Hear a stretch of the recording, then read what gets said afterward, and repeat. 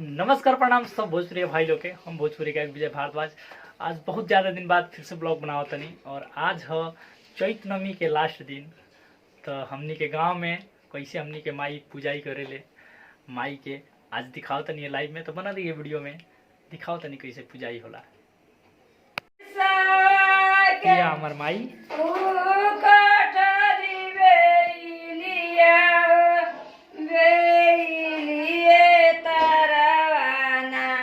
शीतली मैया लियो बसेड़ा बेलिए तरवाना फोटो है कुंवरा के पुतवा मैया घर भी घुमलिया बेलिए तरवाना काला। और आज के दिन और किचन में खाना ना बनेला हमने के यहाँ मस्त माटी के चूल्हा पे और लकड़ी लगा के और माटी के बर्तन में सब खाना बनेला। आइयो के देखाओ तनी हमने के बनाता हमारा भाई बनाता।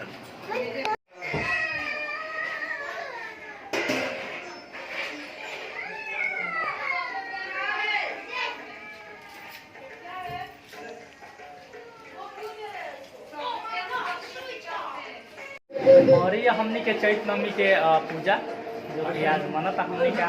और वीडियो अच्छा लगा तो आगे शेयर करिए, चैनल के सब्सक्राइब करिए। जय हो, जय माता दी, हर हर महादेव।